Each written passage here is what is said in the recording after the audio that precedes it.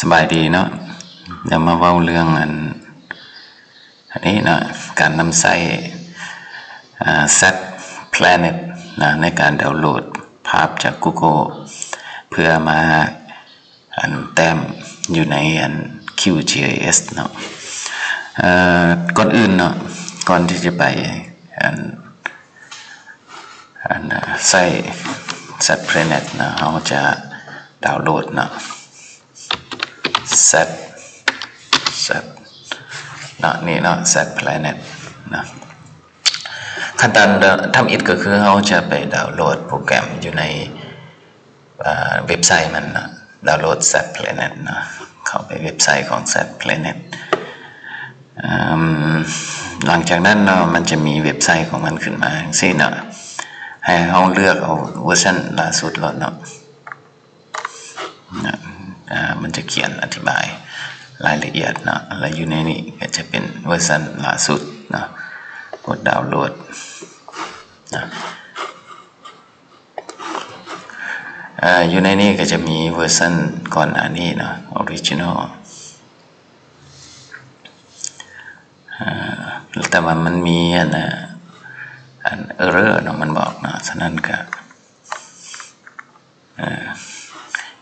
แต่ว่ามันก็มีตัวแก้อยู่นะ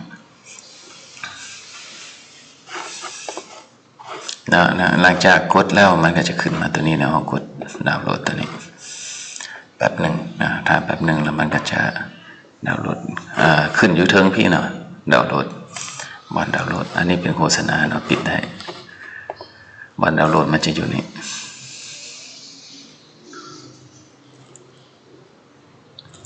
โอเคหลังจากดาวน์โหลดแล้วเราก็เปิดไฟล์ขึ้นมาเนาะโดยทั่วไปเวลาดาวน์โหลดไฟล์เนี่ยมันจะอยู่หมายดาวน์โหลดนี่หมายดาวน์โหลดนี่ตัวนี้เป็นไฟล์ที่ถูกชิปไว้เนาะถูกอัดไว้ฉะนั้นเราก็ต้องเปิดขึ้นมาเนาะเปิด extract here เนาะหรือว่า extract to Set Planet นะทางที่ดีมันเลือกตัวที่2นี่นะหลังจากเปิดโปรแกรมขึ้นมาแล้วนะเราก็เปิดตัวที่มันเขียนว่า Set Planet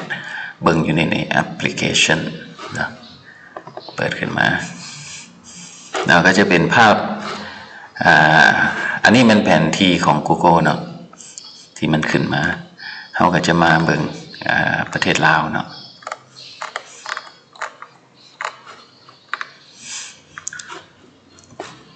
ผู้ที่ใช้แผนที่ Google เนาะต้องชำนาญอีกหน่อยหนึ่งเนาะเพราะว่าเวลาเปิดบางคนจะบ่ฮู้ว่าประเทศลาวอยู่บนไหนบ่หรือว่าฮู้ว่าตัวเองอยู่ไสเนาะเฮาอยากได้ในที่นี้เดี๋ยวสิเข้ามาคณะเกษตรศาสตร์นะมาฮอดคณะเกษตรศาสตร์แล้วเนาะมันก็จะเป็นภาพแบบนี้เนาะเป็นภาพจากที่เป็น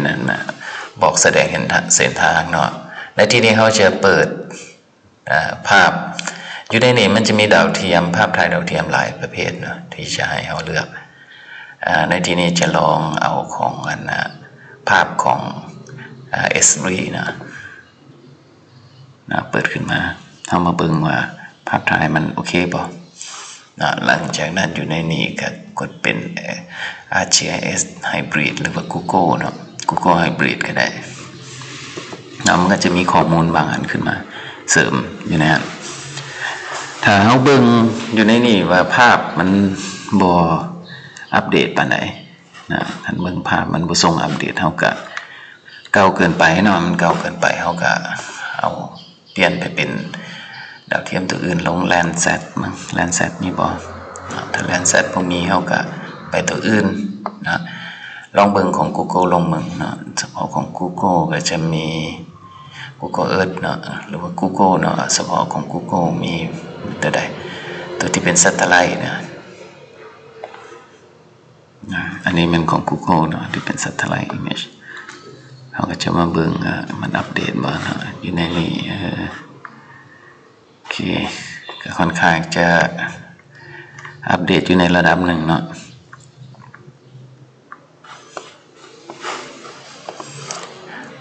ภาพถ่ายอยู่ในนี้ส่วนหลายก็จะเป็นภาพถ่ายฟรีนะฉะนั้นเราก็จะไปวางอย่างกับมันหลาย เนาะข้อมูลฟรีนี่มันก็จะอัปเดตบ่ได้หลายปานใดแต่ก็พอให้ได้ใช้พอให้ได้มาอ้างอิงในการแต้มแผนที่นะลองเบิ่ง Google Earth ตัวนี้บ่มี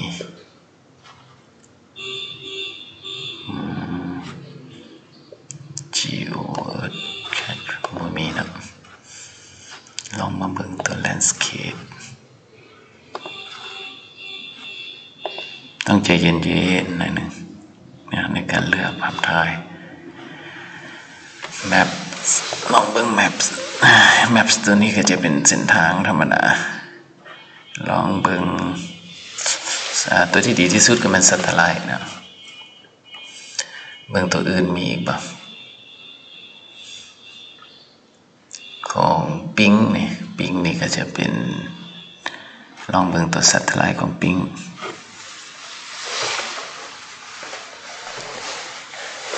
นะของบิงนะมันบิงก็จะค่ะ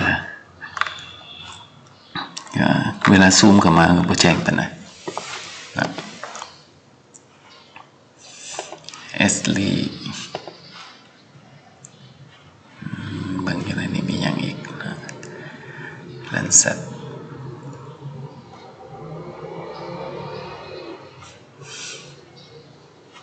ตัวนี้มี Satellite ตัวใดที่เขียนว่า Satellite เนี่ยให้เราเลือกตัวนั้นเนาะแต่ว่าเบิ่งแล้วนี่น่าจะมีแต่ตัวเดียวแหละเนาะที่คือข้อมูลมันของ Google Map นะโนเกียได้มีบ่โนเกียมีบ่คำว่า Satellite โนเกียมันอาจจะมีนะ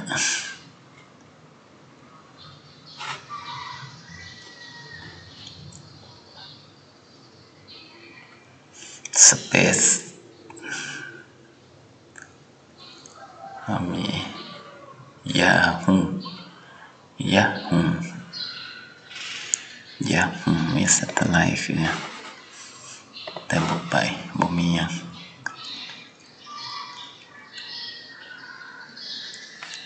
อันอื่นนั่นก็จะเป็น Satellite ทั้งของจีนของอย่างเนี้ยหลายอันเนาะโอเคฉะนั้นเฮาก็ตัดสินใจได้แล้วว่าเฮาเอาของ Google เนาะเอา Satellite ของ Google ในที่นี้นะโอเคหลังจากได้นั่นแล้วเนาะเฮาก็จะมากำหนดพื้นที่นะกำหนดพื้นที่ที่เฮาจะตัดเอาเฮาจะเอากว้างเอาแคบซั่นใดในที่นี้ขึ้นว่าเดี๋ยวจะเอาระดับค่อนข้างกว้างเนี่ยให้มันได้บริษัท PS เนี่ยนำเนาะเอาประมาณนี้โอเคเอากว้างกว่านี้บ่เนาะเอาเป็นตัวอย่างนะหลังจากนั้นในเบื้องต้นนะเขาดาวน์โหลด หมายความว่าเขากำหนดพื้นที่เพื่อจะดาวน์โหลดเนาะเขาดาวน์โหลดข้อมูลพื้นที่พวกนี้ไว้นะอันนี้กำหนดระยะเวลาเนาะระยะเวลาในการดาวน์โหลดเนาะกำหนดไว้ว่าให้มันดาวน์โหลดก่อนภาพถ่ายที่มันอยู่ก่อนนั้นนะปี2014เนาะมันจะเขียน only create before เดี๋ยวเอาพื้นเอา2013ซะเนาะ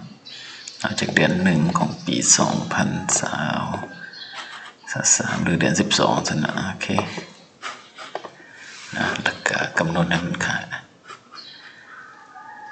if different โอเคเดี๋ยวเลือกความละเอียดนะ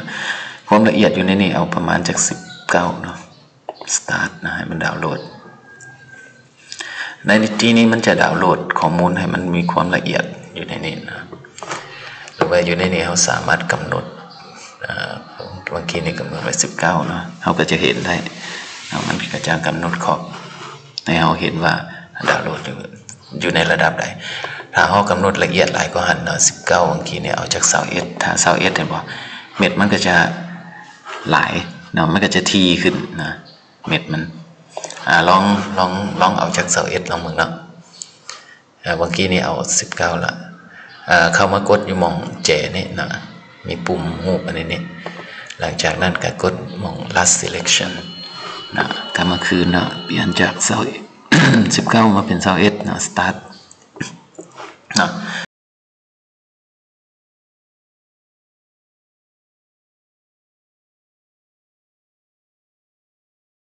ปิดได้เลยนะเพื่อที่จะดาวน์โหลดเป็นรูปนะเขาก็จะกลับขึ้นมาอีก last selection นะ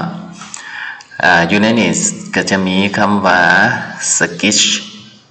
นะอยู่ห้อง sketch นี้เขาก็จะเอาอันนี้มันภาพที่เขาจะดาวน์โหลดนะบอลที่เขาจะดาวน์โหลดในเบื้องต้นเขาจะตั้งเป็น format นะ format JPEG นี่เป็นรูปธรรมดานะในที่นี้เขาจะตั้งให้มันเป็นGeoTIFF นะอันต่อมาเนาะก็จะเป็นบอลเซฟเนาะที่เราจะเซฟในที่นี้จะเซฟอยู่มองห้องคำว่า class พิมพ์คำว่า set Google set Google เซฟไว้หลังจากนั้นอยู่ในนี้ก็จะมั่นใจเรื่องแมปเนาะเขาก็ใส่ Google Map เนาะ overlay กับ hybrid Google Map นะถือว่าโอเคเนาะและสำหรับ projection นะในที่นี้จะเลือกเอา projection เอาตัวไหนดี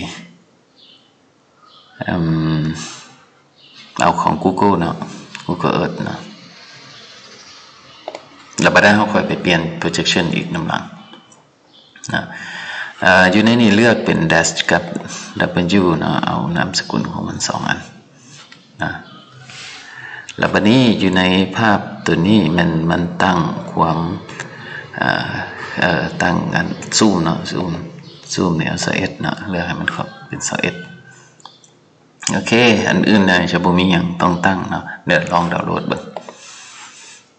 นะมันจะใช้เวลาดาวน์โหลดคิดว่าจะบ่โดนหลังจากดาวน์โหลดแล้วเราไปลองเปิดอยู่ใน QGIS เนาะ